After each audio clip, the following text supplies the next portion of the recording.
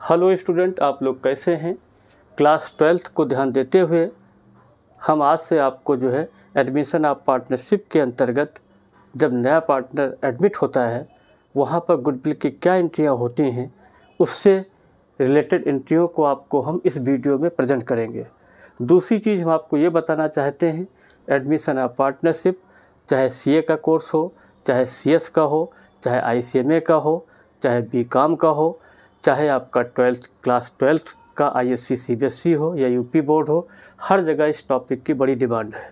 इसको ध्यान देते हुए हम इस वीडियो में आपको एडमिशन ऑफ पार्टनर के अंतर्गत प्रीमियम की क्या एंट्री होती है उसको हम बताएंगे। पहली एंट्री तब की जाती है जब नया पार्टनर कैपिटल के रूप में और कैश के रूप में कुछ लाता है।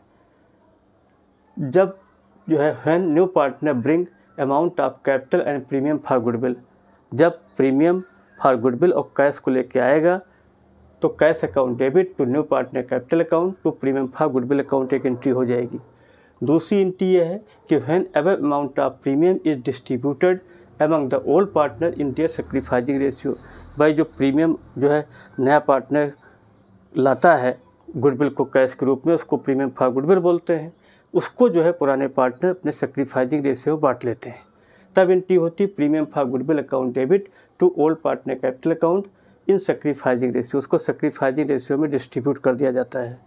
तीसरा ये है कि when above premium is withdrawn by old partner, कभी कभी क्या होता है जो प्रीमियम नया पार्टनर लाता है उसको ओल्ड पार्टनर विथड्रॉ कर लेते हैं।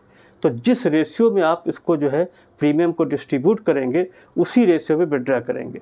तब एंट्री हो जाएगी old partner capital account debit to cash oblique bank, मतलब चाहे आप कैश के थ्रू करें या बैंक के थ्रू करें, कुछ भी लिख सकते हैं।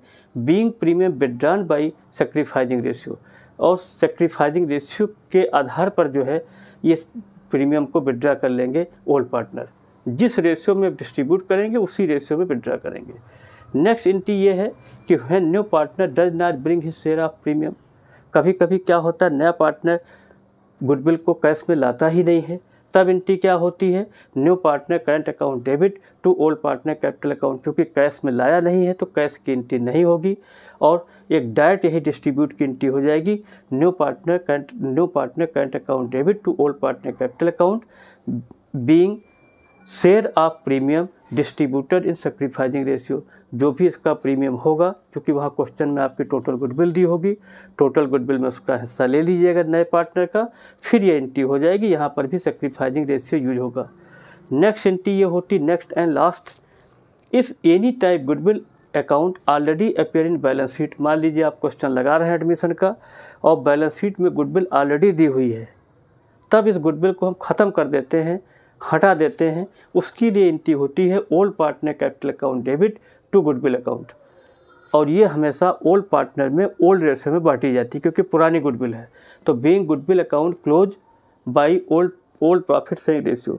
दूसरी चीज़ आपको हम ये बताना चाहते हैं कि जो भी एंट्रियाँ आपको बताई गई हैं उन सब में कहीं premium for goodwill he use किया गया होगा।